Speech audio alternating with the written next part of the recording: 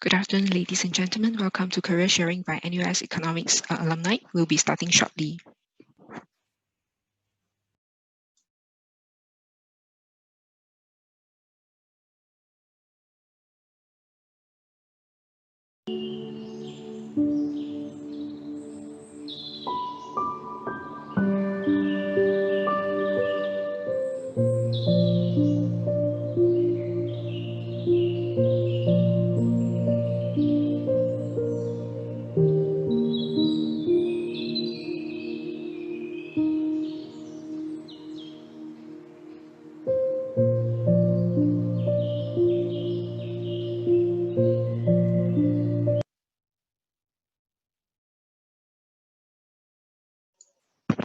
Good afternoon, ladies and gentlemen. Welcome to Career Sharing by NUS Economics Alumni. We're starting now. This event is recorded for archival and marketing purposes.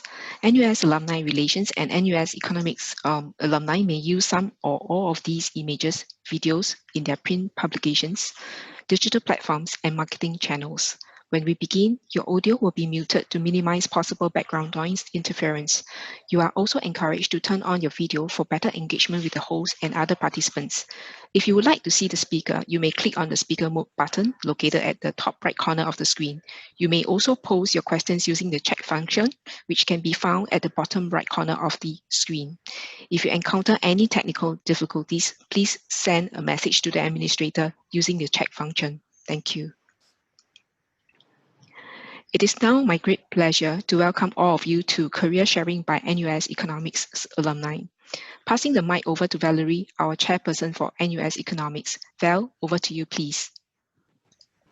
Good afternoon, everyone. Thank you very much, Julene. Welcome to NUS Economics Alumni event. I'm Valerie, the president for this year. I'm very heartened because we have more than 90 participants, our second virtual event and our largest virtual event also this time. So welcome very much. This afternoon will be very exciting. Since our last event was in May, this afternoon we have 4 outstanding economics alumni who will share about their career journey so far, and then followed by a networking session. To commemorate this exciting event today, we're going to hit 100 soon.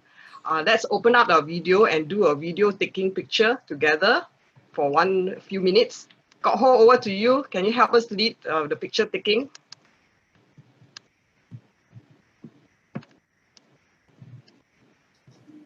I think we have to turn off the screen share, so that I can see everybody. So I'm turning on the speaker view, right? So the way we're going to do this is that we're going to do some screen captures, but the software only allows 49 per capture. So I'm going to have to do it 3 times. Okay, so I'll need everybody's help. Turn on your cameras, right? Okay, turn on your cameras and then get ready for a good smile, which you're gonna have to hold for about 10-15 seconds. Sorry about that. Well, Amin is outside, huh? Amin Evans, he is outside. That's pretty cool. Okay, let's have everybody turn on their cameras. Just for a short while. Yeah, I see some of my former students as well. Malcolm is here. Hey, we're going to hopefully have this on our website and department newsletter. So it'd be really good if you guys could all turn on your cameras. Otherwise, the graphic designer is going to have extra work cut out, replacing the blackouts. So please, I'm going to call out people. KG, you need to turn on your camera. Anyone else? Yeah, I still have about 15, 16 people to turn on cameras. Yeah, there are a lot of people who need to turn on cameras. Come on, guys. Thank you for your cooperation. So this is why you changed here, huh? For the photo. yeah, I'm just here for publicity purposes. So, Linus, Jolie, Paul Wong, Junhui, Yup Siu, YC, Karen, Huiying, Di, Xinying, Yushi. I'm very good at calling out people, so unless, we get this done. Okay, why don't we just go take on with it? Kok Ho, just go ahead, okay? Okay, so everybody's just gonna hold and look at the camera.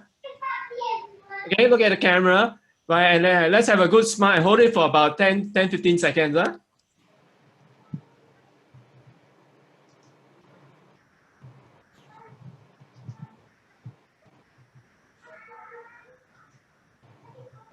Thank you very much. How big is your screen? Just wondering, how big is your screen? How can you take pictures of everyone here? I can take 49 at a time, so twice. Okay, that's very good. Let's continue onwards. So good afternoon, everyone. Let me do a brief introduction of all our outstanding 4 panelists this afternoon. First off, we have Ms. Ru Hua. She's actually now based in Hong Kong and dialing in from Hong Kong. She has cut her teeth in the banking and finance sector and now moving on to be the Managing Director, Capitals Markets Investor Relations with ESR Group. Then we have Casey, who transitioned his career through 3 different industries, doing sales and strategy role. So he's now working with Facebook. Then we have Cliff, he's always learning and continuous learning. So he's a senior data analyst with Grab right now. And our youngest panelist is Cheryl. She's actually working in the government sector. So she's on a very exciting assignment, working with the MOH in a fight for in the government to help the government in their fight for COVID-19. So let's try to make this as digitally interactive as possible. So anytime when we're during the panel Q&A, do give a like or a digital clap reaction. And if you would like to have any Q&A, also put it inside the chat during the Q&A that we have. Then at the end of the session, we'll try to answer as much of your question that you have for the panelists. And then if you want to connect with everybody, also put in your LinkedIn profile in the chat group so to make it more digitally interactive. So I will pass on to Ruha to give us a quick summary snapshot of your career so far and what's the unique point of your career so far. Ruha, over to you. Hi everyone, good afternoon, and thank you to Economics Alumni for inviting me. Hi Dr. Lee, hi Tilak. I've seen many of my professors that have taught me and many of my classmates, and yeah, my husband is also online, who's also my ex-classmate. Anyway, so hi, I'm Rui Hua, and I graduated from NUS Economics Honours in 2002. With a single major in economics, and subsequently I went to do my master's in UCL in politics, specializing in political economy. When I graduated in NUS, I actually joined a credit rating company called Standard & Poor's for 3 years before leaving for London, UCL, to do my master's. After I've come back from London, I actually joined the banking sector, spanning from DBS to China International Capital Corp, doing mostly investment banking. And I left the financial industry in 2013 to join CapitaLand, which I spent a good 7 years. And I spent 5 years in Singapore and 2 years in Shanghai. And after that, I joined ESR last year in September and moved to Hong Kong. I guess the interesting part of my career is that I've spent many years in the financial industry, almost 10 years, and then moving on to the real estate industry, which is, I'm now currently in ESR, which is Asia's largest logistic company. So I would think that the interesting part is that economics actually kind of formed the foundation of my knowledge, and it started training me in my thoughts, in my thinking process, which I thought was very important to be critical in thinking. So that really helped me in terms of like, during the job, when you're faced with issues, how do I handle it? Right. So I may not be learning something that is directly related in terms of my industry, but I would think that my skills which I learned from economics actually helped me to develop a good thinking thought process which is helpful for my career. Thanks, Valerie. Yeah. Thank you, Ruha. Over to you, Casey. Could you share more about your career journey so far and what's so unique? Thanks, Valerie. Hi, everyone. Thanks for actually joining the economics alumni session. My name is Casey, and I do actually see some of my professors as well here. Prof. Tilak, hi. just to give a brief introduction of myself, I actually graduated from NUS with a degree in economics as well as a degree in liberal arts under the double degree program with USP. So I graduated in 2012, and while most of my friends actually went either into the banking sector or into public sector itself, I actually went ahead to start my career with a management consulting firm with A.T. Kearney. So I started my consulting career right as an undergraduate, and I actually spent about 3 years consulting many of the companies within Southeast Asia mainly. So after 3 years, I managed to actually step out of consulting and eventually went into Credit Suisse as also a strategy manager, but covering mostly the private banking sector for the private banking India market. So it is actually a huge change from coming from a more professional service setup to a more industry and banking related setup. But with that said, I think the kind of skill sets that I learned as an undergraduate in economics in terms of the analytical skills, in terms of the structural thinking skills, right up to even the stakeholder management skills that I learned, from the consulting days, have actually helped me, pivot my career into the banking successfully, not easily, but quite successfully. Yeah. And after 3 years in the banking industry, I've managed to actually, use the kind of skill sets as well to pivot myself right now into Facebook. So right now I'm actually a sales strategy and operations lead with, the Greater China market. You might be interesting to find out, why Facebook actually has a presence with Greater China. But we do actually service some of the advertisers, who actually has a business, and would like to actually advertise on Facebook itself. So the skill sets are generally pretty much similar in terms of, the use of analytical skills, structural thinking, stakeholder management is particularly important, in a large organization with many different stakeholders at Facebook. So I'm open to a lot of questions that that people might have today, and I'm interested in answering them. And that's it from me. Thank you. Thanks, Valerie. Thank you, Casey. Cliff, over to you. Can you share about your career? You have a very interesting career. Hi, good afternoon, everybody. So my name is Cliff. Thanks for joining this afternoon. So I actually graduated in 2009. But of course, it's right, actually, I graduated in 2012. But so I graduated in 2009 with my undergraduate degree. And if people are keeping up with time, or if people knew about the situation back then, Lehman Brothers crashed in 2008. So yeah, for anybody that's graduating in a financial crisis year, I also went through that kind of in a way. So right after my undergraduate program, I actually did my master's as well at NUS. And actually, it was after my master's program where I was in and out in a few jobs. I was at NUS as a research assistant. I was working in the government as well. I kind of got my lucky break into like a tech startup scene in 2016. And that was where I joined this startup called Carousel as a digital marketing data analyst. So I was there for 3 years. And when I joined them, I already kind of had like some programming background, but it was all based on my own learnings and stuff. Yeah, so I was there for 3 years at Carousel. Right now, I'm actually at Grab. I've been there for about a year, working as a senior data analyst in their fraud analytics team. Yeah, so I would say one interesting thing about my career is never say, it's kind of like, I always tell people, never say never. Because in the past, for people that know me, they actually do know that I used to hate statistics. Or maybe I should say I used to not like statistics. But I'm doing it on a daily basis. And I used to really hate programming, but I'm using Python on a daily basis to kind of do a lot of like data wrangling and stuff. Yeah, so if anybody's interested in like how to learn about certain skills, how programming, or like how was it like graduating from a financial crisis year, yeah, feel free to talk to me more about it later. Yeah. Great, thank you very much, Cliff. Yeah, I know how is it like to learn about programming. I tried Python. Yeah, it's almost killed me, Python, like the snake. Okay, next, over to you, Cheryl. You have a very interesting background, and right now you're helping the nation to fight in the COVID-19. Please share about your career journey so far. Thank you, Valerie, and thank you everyone for joining us this afternoon. So my part will be a bit shorter because I just recently graduated in 2018.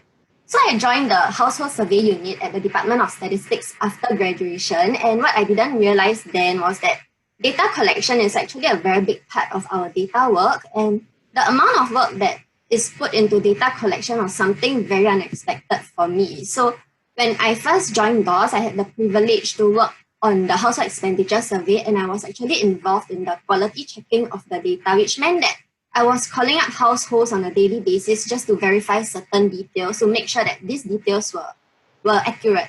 And then I think it was at this point of my career that I realized that data analysis cannot occur if the data collection and management stages are not conducted properly. So around 1.5 years into working at the Department of Statistics, COVID-19 happened, and I was posted to MOH to help with the COVID-19 efforts. So that involved a lot of data management and data cleaning as well, because the COVID-19 data is quite raw. And I was posted to the epidemiology team, which means it's a team that studies the virus, the COVID virus. And so, for instance, some non-confidential studies that I could share with you guys and have already been published on the Straits Times would be, for example, the nature of transmission of the virus in Singapore. Also, like how many people in Singapore continue to go out even after they've fallen ill. So that was one of the more recent study that was published on Straits Times. Yeah, so that's about it for my short 2 years career. So thank you, Valerie. Over back to you. Okay, thank you very much, Cheryl. Short, but still it's very interesting and sweet. I mean, a lot of people will have a lot of questions. So if you have any questions, please throw your question inside the chat function down at the bar there. So then there'll be more interesting questions that we can answer later. So back to Ruha, seeing your career transition from banking and now to real estate and move into the Greater China from Singapore to China. Can you share more about how you make this career moves and rose up to the managing director level? Thanks, Val, for your question. I think mostly for me is, a lot of it is actually on-job training.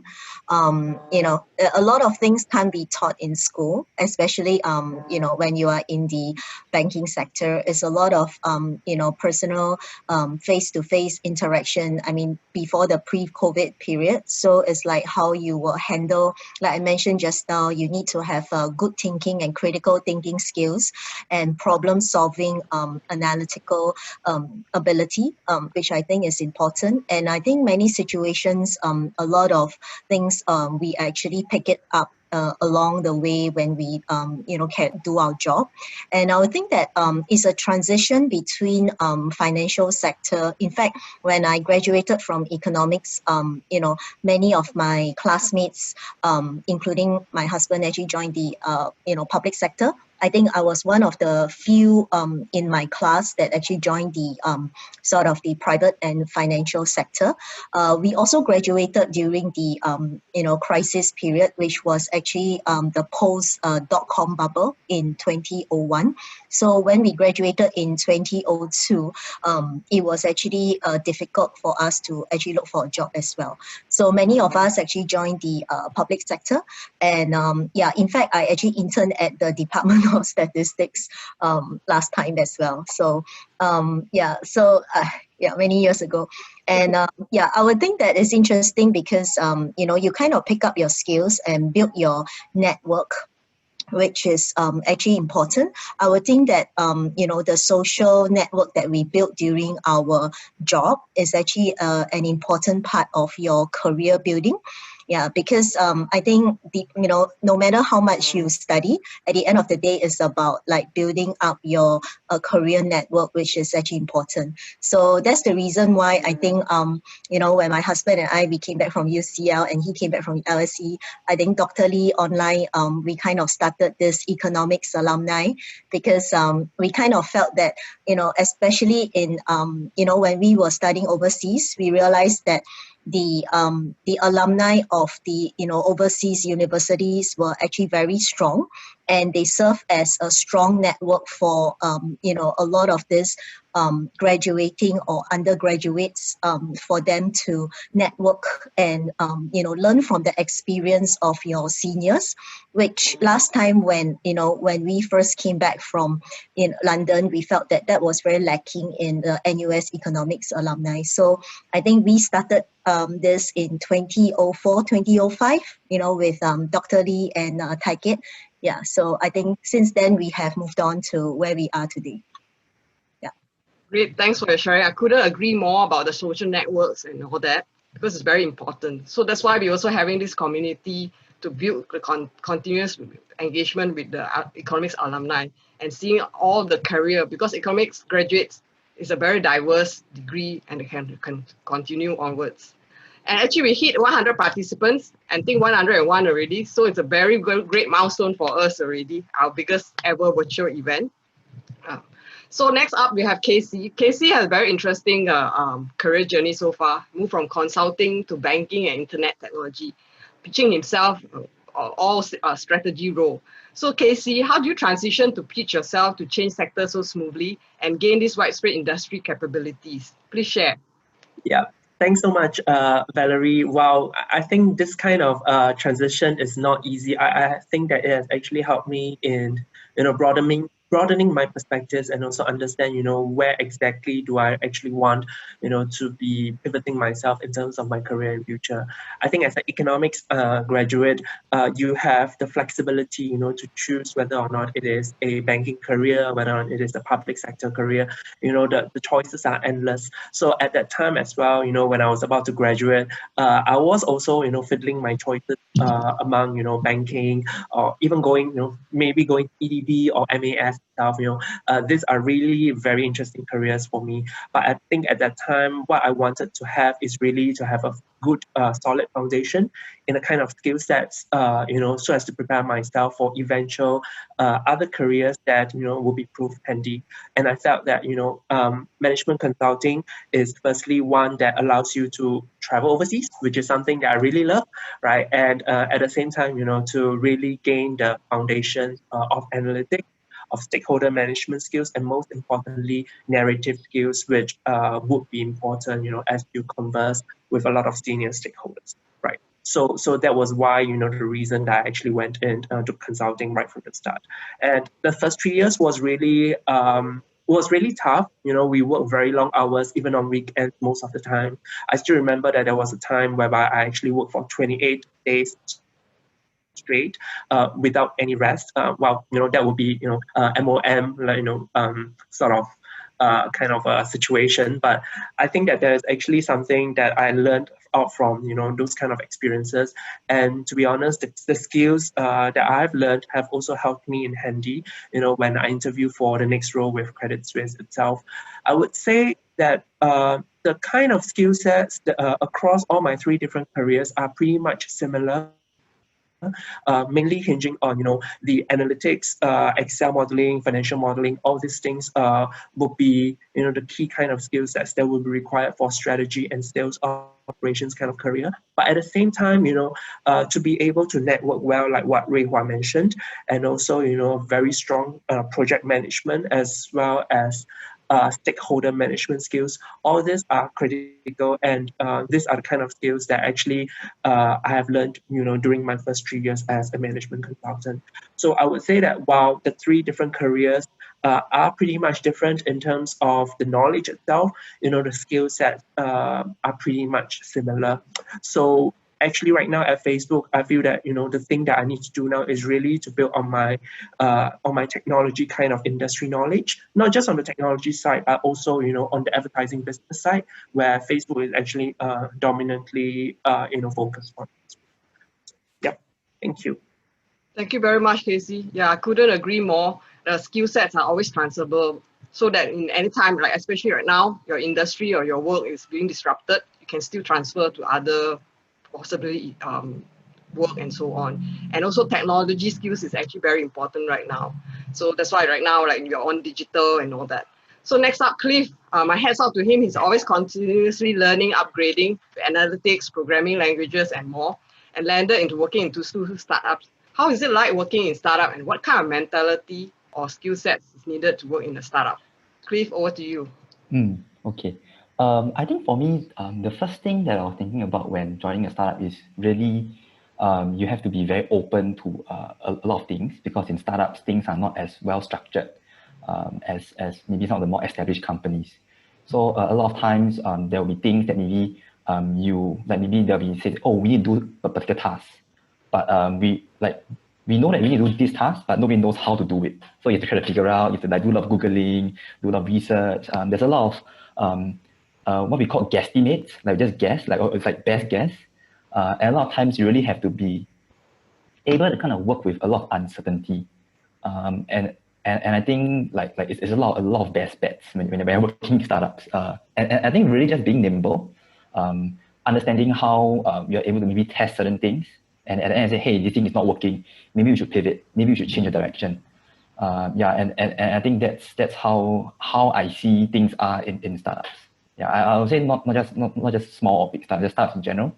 Yeah, and I think from an econ standpoint, because right now I'm actually using like programming languages to kind of do data analysis. I feel that econs majors actually do sit in a very unique position because we do learn things like statistics, modeling. So we do have the kind of like data savviness just within our curriculum itself.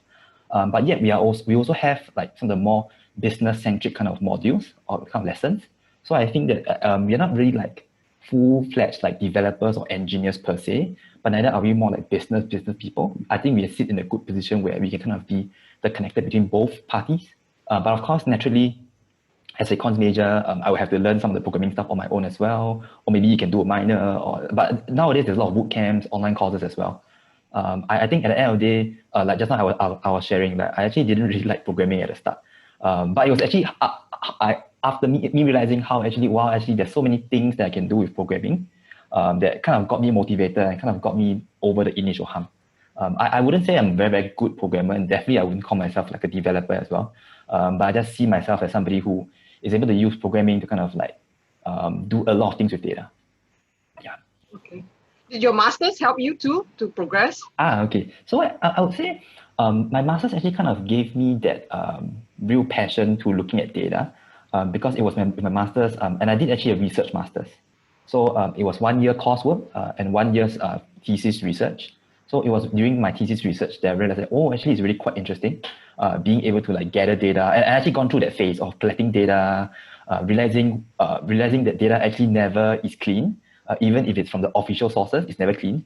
But you can't really complain to the official sources. Yeah, so you have to clean it yourself. You can understand how the data is like all the way from like processing to the eventual insights. And I felt it was actually quite interesting to be able to kind of like do that whole flow.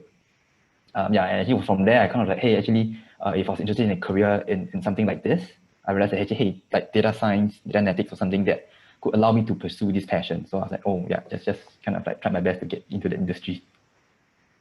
Okay, thank you very much, Cliff. Yeah, couldn't agree more, because with our economics background, we are data-driven. And right now, it's very important. Everywhere, every industry, we need to be data-driven. And next up, we have Cheryl. Cheryl, most economics graduates went into banking or government sector. You actually went into DOS. So can you share how is it like working in the government sector and your advice for people wanting to move in this sector, as it's supposed to be the most secure sector right now? So, firstly, the government in my line of work as a statistician in the government sector, whether it's during peacetime or during times like this, wherever official data and figures are involved and published, the government has to be very careful in ensuring that all these figures are accurate. So this could mean like checking, double checking, triple checking the data before it is released. And in fact, even now, where everyone is very busy, teams still have to work around the clock just to ensure that the COVID figures published daily are accurate. So also the government is a very huge organization, which makes it quite competitive. So this means that there could be 10 to 20 people vying for that one promotion. But then to note that it is also a sector that values training and experience. So every officer in my agency is given plenty of opportunity to attend different forms of training, including on the job training, e-learning, structured classroom, virtual classes. And officers will also get to rotate around the different departments within the agency and to rotate to different government agencies, but at different points in their career. So for example, right now I'm being rotated to MOH. And the part about security, when I joined the Department of Statistics, I specifically joined under the Census 2020 project contract. So what this means is that when the project ends, at the end of the year, my contract will end as well. But having said that, there is still a chance for extension of the contract or emplacement to having a permanent position in this company, but it's based purely on your work performance. So from what I understand as well, most government agencies today have been hiring officers based on this 1-year contract, but with the chance of extension of contract or emplacement into the company, also based purely on work performance. So for new entries into the government sector, I don't believe that it is secure. And it could also be just as competitive as the private sector. Yeah. Okay, that's heartening to hear that the government is always advocating people to upskill, training, and so on. Yes. Yeah. And also it's competitive. It's not like something similar to also the private sector. I think the government has changed over the years and all that. Yeah. Yeah, it's a very big organization, so we can't keep growing. Yes, it has changed already. Good to hear that. Yeah. Maybe you can share a bit about how's the fight for One Royal Prince Fruit Tea. Medium. No. Carol, do you want to share a little bit more about the fight for COVID-19? Okay, so for COVID, MOH, I'm at MOH right now. So the fight for COVID is very intense. We work around the clock, and even for myself, I'm in the epidemiology team. So epidemiology team studies virus. And even though I'm under the data part of this epidemiology team, there is no rest, which means that when senior management or the minister wants something at like 11 p.m., they suddenly have something in their head, some idea in their head, and they say, epidemiology team, can you please produce this? And even though it's 11:30 p.m., you produce it and wait for them to look at it, and until they are okay with what you've produced, then you can see, even though it might be like 11:30 p.m., 1 a.m. So it's very intense, but yeah, we are keeping a good fight. Okay, thank you very much, Harold. Can I request that the audience can mute their background, please? Thank you. And continue sending in your Q&A inside the chat. So next up, this year is a very tough year. It's a year of pandemic. So how affected many careers and industry. To the panelists, please share how has this affected your work or industry, and what's your advice for anyone wanting to make a similar move into your sector or your industry? Cliff, can you start with you first? You work in a startup. How has it affected your side? I would say for my side, that definitely in terms of business, I think it really affects like all businesses. But I'll say at least from a data standpoint, I would say in fact I would say Grab is one of the first few companies maybe that started like having like work remotes for the whole company because we had a COVID case quite early on. So I've been working from home since February.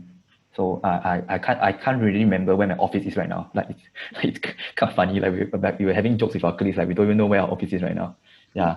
I think I would say, to be honest, like COVID or not COVID, the thing that I feel that actually moving forward would be I feel that one important thing would be that people would be maybe more sensitive to technology and data. And I'm not the type of person that would say, oh, everybody should learn programming. Because at the end of the day, I feel that whatever position they are in the future, you most probably would sit in a position that interacts with data in some form. Like maybe you will not be the data person, but maybe you might have a data analyst. Maybe you're handling a project, but you need analysts working for you, or maybe engineers. Or maybe like you can have vendors working for you. But at the end of the day, like there will be this intersection of like a lot of requirement of data and stuff like that. So I think being sensitive to data, understanding how data can be manipulated in a good and bad way, and just like being sensitive to how you can kind of like maybe use data to produce insights and stuff. Yeah. Okay, thank you very much, Cliff. Over to you, Cheryl. How has it affected your site? So for my side, in 2020, the census project, the operations commenced, but data collection was very badly affected. So usually for census, we will have 2 concurrent teams collecting the data. One team will be at the call center calling up households who haven't done the survey online. And when these households cannot be reached by phone calls, the fieldwork team will go down to the house and physically collect those data. But so at first, only the fieldwork team was affected because community cases were being reported in Singapore. But then during circuit breaker, our call center had to scale down and remodel to fit into a work from home arrangement. So as such, we ended up with conducting call operations from our homes, and it was definitely less efficient than if we could operate from a call center designed for this very purpose. But we had to make do with the cards played to us. And soon after CB started, when Singapore started reporting more cases each day, with the tight resource needs, officers from different government agencies came together to work on this COVID-19 efforts. So in fact, I wasn't the only one seconded to MOH. A lot of different officers from different government agencies like URA, MOF, we were all seconded to MOH to help with this effort. So my advice to people would actually be to have the drive to learn and do well in subject matters that you may not be good at initially, and to be able to get used to a fast turnaround of work without people hand-holding you. So for instance, when the census fieldwork operations was affected, I had to assist at the call center side, which was something that's completely out of my comfort zone because I didn't exactly enjoy calling up people, and it's like cold calling, and it's not something that I actually enjoy. And likewise, when I was seconded to MOH, I had to work only with Python programming, which is a platform that I seldom use at the Department of Statistics because we can choose. And at the Department of Statistics, I use SAS programming. But even though I wasn't good at Python programming, I was still expected to meet all the submission deadlines. So my advice to everyone is to just have the drive and motivation to keep learning and to keep doing well. Yeah, even if it's out of your comfort zone. Okay, thank you very much, Cheryl. Couldn't agree more. Next up, Ruha, how has it affected you? Because real estate is also a big pie that's being affected. Everybody's now working from home and all that. How about your side?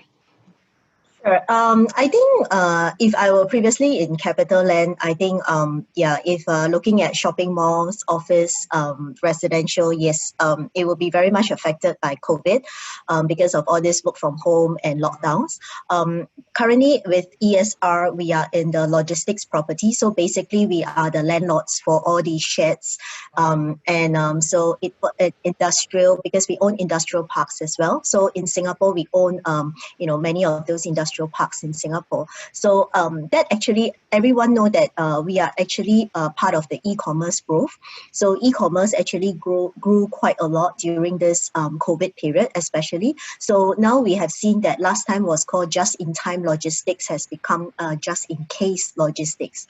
So we actually see a lot of new requirement of tenants from our existing tenants or new tenants, basically to build, for example, new like cloud kitchens, deliveries, etc. So we do see actually people asking for more logistics space, and I think for the property sector, probably we are one of the least affected asset classes. So the other asset classes that are least affected are probably data centers as well. So this is also part of the e-commerce boom as well.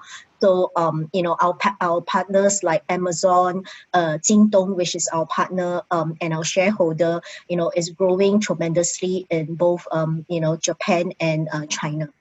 Yeah. So I think given that now our industry for logistic property is currently in a boom currently. So not really affected, but for us is because part of our business are also in the fund management business. So fund management business, the only thing that affected us is that we are unable to travel to talk to our capital partners that we raise money from to do it face to face. So there's a lot of sessions on Zoom, and I'm also using like the Chinese version, like Tencent kind of meeting room, etc. So basically just using all this this new kind of ways of communication which we have never used before.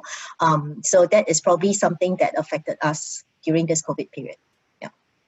Thank you, Ruha. Great to hear about it, that the logistic has boomed. I mean, the real estate boom in certain areas, especially the e-commerce. Yeah. So over to you, Casey. How about in the Facebook, in the internet technology? Has it boomed even big too? Well, I mean, I wish. Well, I mean, just to give a brief background on what Facebook and probably Google and many of the other players in the technology industry does. I mean, our main business is really on advertising. So with even with COVID itself, many of the businesses actually sort of reduce their budget for advertising on Facebook. And I believe it's probably similar case for other players like Google as well. Facebook is probably more impacted because if you have read the news, there are also a lot of headwinds, especially in the US, with regard to, things like Trump discussion, things like US boycott. So we are especially impacted, on this. Now, with regards to COVID, and COVID, that it has actually originated from China. So, when I was actually handling the sales and strategy for Greater China as well. So, when the COVID epidemic actually started in February, that's when, many of my busy periods actually happened because we suddenly see a drop, in sort of, the numbers in the advertising numbers rather, right? And then we need to sort of report this to global as well. And then when sort of China sort of recovered faster than the rest of the regions, then we also need to do some sort of analysis. So I would say that, during that period of time, during the COVID period from, I would say probably February to April, that was when there were a lot of, quote and unquote fire drills that happened because, we need to update our senior management, sometimes even right up to Mark Zuckerberg, about how the whole epidemic has been affecting our business, especially in the Greater China region. So, I mean, if there is anyone who would actually like to join the sales and strategy operations, be it for Facebook or be it for Google, I would say really be nimble, understand the situation quickly, and also to develop a point of view from your own perspective. And I think that that would definitely value add the whole business itself. Yeah. Okay, thank you very much, Casey. Yeah, you have a very tough time over a few months, right? But I think everything is picking up already and so on. Okay, my final question to the panelists, a quick one. Give us one or two quick advice. What's the future of work in your role industry? We start off with Casey first. Future of role in my industry, as probably you might actually heard from the news, Facebook is moving towards remote working. So what does it mean by remote working is that, while my position is actually in Singapore, I may not even need to work from Singapore, right? To me, it is, to me, it does not really matter. But to say, for example, people who are actually working in San Francisco or California, there is actually a blessing because the real estate prices and also the rentals are actually very high in Central California. So if they were to be able to sort of move elsewhere to work, remotely in Facebook, that would actually be a good thing for them. So I would feel that, post-COVID itself, the trend toward remote working, the trend toward working from home, and also the use of technology to help efficiency work will be especially. Okay, great. Thank you, Casey. Cliff, how about you? A quick snapshot. What's the advice future of work in your role or industry? I would say for me, for my role would be to always be willing to learn. Even though I picked up Python, to me, I know that eventually Python will be phased out. I have to learn some other programming language. Maybe even be in a totally different industry. But I wouldn't say that I'll be throwing away my existing like skill sets because I think we all built on our existing skill sets. But really be open to learning new stuff. Like maybe I'll be a project manager down the road, or they have data skills, or maybe I'll be doing more towards cybersecurity. Like the future is really hard to say, but I think being open to opportunities and being willing to learn, I think that's important. Okay, thank you very much, Cliff. Cheryl, over to you. What's the future of work? So I think mine would be very similar to Cliff's because I also use a lot of programming languages for my job. So technology moves very fast, so keep learning and keep reading up on related matters to stay abreast and relevant. It could be on learning to use other programming or artificial intelligence softwares. For example, now you have the automated Python, which is Authorix. So when your Python phase out, we also wouldn't know. And also in my case where writing is involved, it will be to read up on how my work, like I do income and expenditure work at the Department of Statistics. So how this kind of data is being analyzed by other countries, media companies or agencies. So keep learning, keep reading. Yes, thank you very much, Cheryl. Yeah, I couldn't agree more. Always keep learning and reading. Skill set is always obsolete quite fast. Reha, finally to you. How about yourself in the real estate? What's your advice of future work? I think after listening to the other panelists, the interesting thing is that I noticed probably is we are in different industries. So maybe in my industry, we do not need to do so many programming, kind of like, modules, etc. But I guess where the future of work is for us is probably to get used to the, kind of work from home, as well as the a lot of meetings have to be conducted online.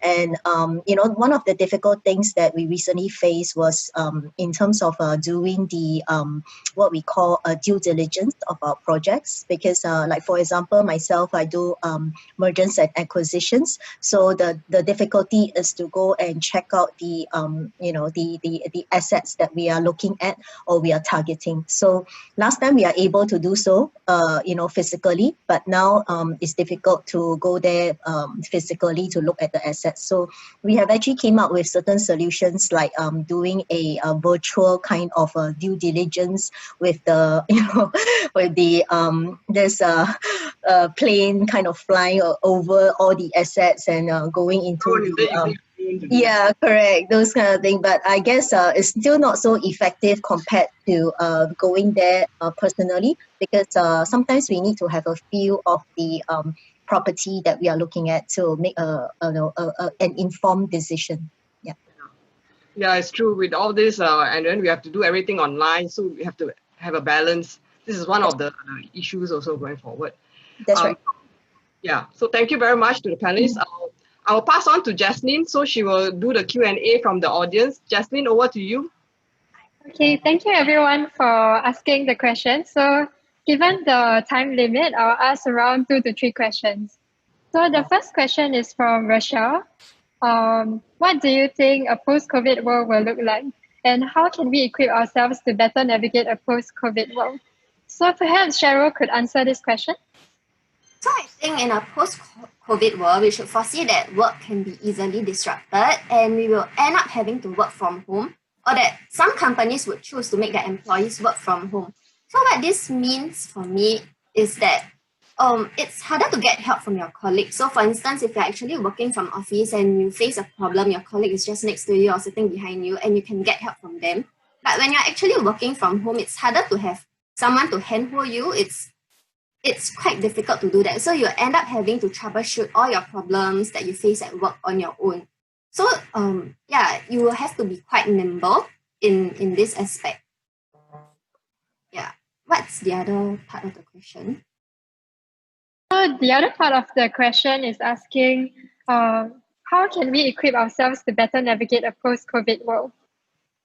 So definitely you have to keep learning once again. And in fact, when you're actually working from home, you realize that you have pockets of time. For instance, like between this task and the next task, once you submit this task, there's actually this pocket of time, maybe 1 hour or 30 minutes. You can actually use this time to try to project what might happen next. And then so that you will not face as many problems in your next task. So yeah, it's to use your time wisely when you're actually working from home in a post-COVID world. So that would be my advice. All right, thanks so much for sharing, Cheryl. So the next question we have from Wendiao is, what will be the trend of management consulting? Would programming skills be more and more important concerning the advancement of technology in this century? So I believe this question is directed to you, Casey. Could you share? Right. Okay. I think that this question is interesting. I think programming skills is important, not just for management consulting, but probably, for many of the other industries that require the use of, data analytics, So right now, say, for example, I'm actually in Facebook. I do have analysts, knowing how to use SQL and, knowing how to use those coding to actually generate big data out for my analysis and stuff. For management consulting, one interesting thing that I've actually learned, is that be it in good times, companies will still ask management consulting for help, even in bad times as well. Companies will still ask, management consulting for help as well. So management consulting is still here to stay. But I would say that, generally speaking, the trend of management consulting has been that the companies are getting more and more specialized, and also at the same time they have a lot of different departments focusing on different things. So last time, say for example when I was in AG Kearney, probably we do mainly like strategy and operations kind of work, right? Whereas nowadays, probably if you look at like a white shoe consulting firms like McKinsey or BCG, they have different departments ranging from digital, ranging from analytics, ranging from project management, and then to your bread and butter strategy and operations. So they get a lot of deep dive into different areas. But at the same time, these are the kind of things that you may or may not have, even if you don't have a consulting skill sets, it's still okay, because you will still need to have that kind of business acumen, and also all your fundamental skills like your Excel, skills, and also your PowerPoint skills, right? And all those are still very important. Yeah. Thanks for the insightful sharing. So I see that there's a question that is directed to Cliff. So this question is from Le Tian saying, as analytics is moving more towards cloud and increasing built on top of artificial intelligence, do you still think that there are opportunities open to econs grads to enter the industry, and what are the challenges you have faced and steps you have taken? Over to you, Cliff. Okay, thank you, Jess. I guess for me, the first thing that I should say is that I actually do feel extremely lucky to be given the opportunity back then to join Carousel. And I think for me, a lot of times, like comparing to the situation right now, there's so many different programs. There's undergraduate programs, master's programs, boot camps, like short courses and stuff. So I would say the situation is definitely a bit different in terms of the supply and demand. I would say the good thing is that I think there is still a lot of demand for data analysts in general. And I would say like right now, things are getting a bit more complex, I would say. Like maybe there are more advanced tools where it allows maybe quicker extraction of data, or there are maybe like automated machine learning pipelines and stuff like that. But I think that at the end of the day, it's really how the econs graduates kind of position themselves. And as I mentioned just now, like I wouldn't come out and say that I am as good as a programmer or as compared to a computer science major. They would have their skill sets and they would have their advantages. But for me, I always try to be the person that would say that, hey, I have data and programming skills, but I also have like certain domain knowledge. Maybe quicker to understand things like market dynamics or like demand and supply and stuff like that. And I think one trick I think I can share is that at the end of the day, most of the time it's the English, is the layman, the English speaking people that kind of like sign off and say, okay, we need this person.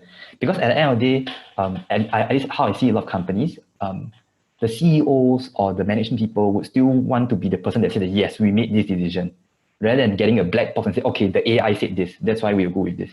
So I would say that if you're able to actually kind of provide a good narration, a good story to like, okay, this is the data, we're looking at this, and this is how we should go and why, as compared to maybe a model that's more accurate, but nobody knows why. Most of the time, they rather trust you than the AI model, at least for now. But of course, again, as we mentioned, technology change, things change. So maybe by the time when we hit singularity, I think like that will be where what Elon Musk said, where all humans are under slaves of computers, I guess. So yeah. So I would say till then, I think for econs graduates, it's really about finding your own position. But definitely, if you're interested in being a data analyst and maybe even data scientist, definitely you would have to learn like programming to even like have a shot at this industry. Yeah. Okay, thank you, Cliff. I agree that programming is very important. So given the time constraint, we can only allow for one more question before we break into the breakout room. So the last question is from Wen Singh. For a supply chain management industry, how should an economist make a breakthrough in it to make a difference as compared to the rest or even other countries? So for example, like what approaches to take? So especially since we can see that during COVID-19, this is an industry that has been tackling many of our nation's supply chain issues and disruptions as well as worldwide circumstances. So for this question, I believe Rui Hua would be suitable to answer. Rui Hua, over to you.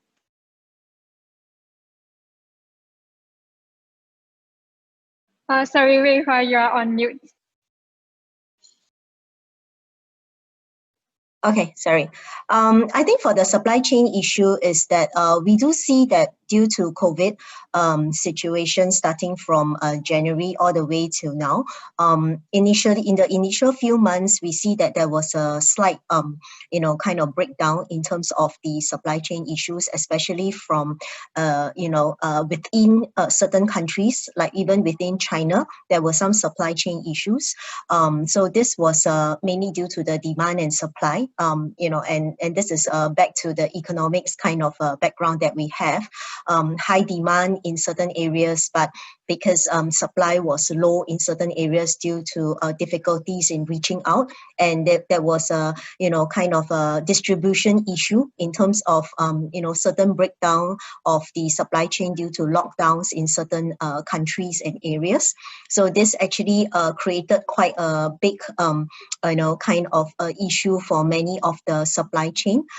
We do see that situation improved somewhere in end of April, starting from April to May, when different countries and or even areas start to open up.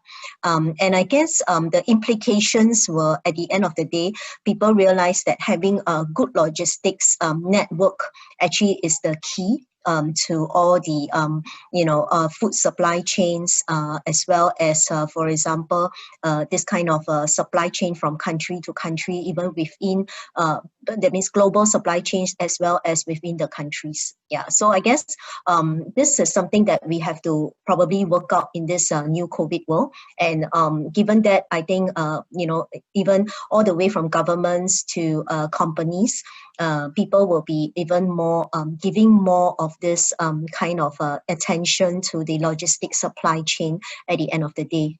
Yeah. Thanks for the question. All right, thanks, Rui Hua. So now I will pass over the time to Valerie. Could you do the sharing before we break into the breakout room? Thank you very much, Jaslyn. Could you help me to share the slide? So before we start on, let me share about the NUS Economics Alumni. So we've been here for a few years already, since 2005, 2007, that period. So we have run many activities and programs over the years. There are mainly three main key pillars. One is that we're very proud of, we run since 2010, is the bursaries for economic students. So we have given to more than 30 students, 150K worth of bursary. Another one that's close to my heart is the community outreach that we do every year.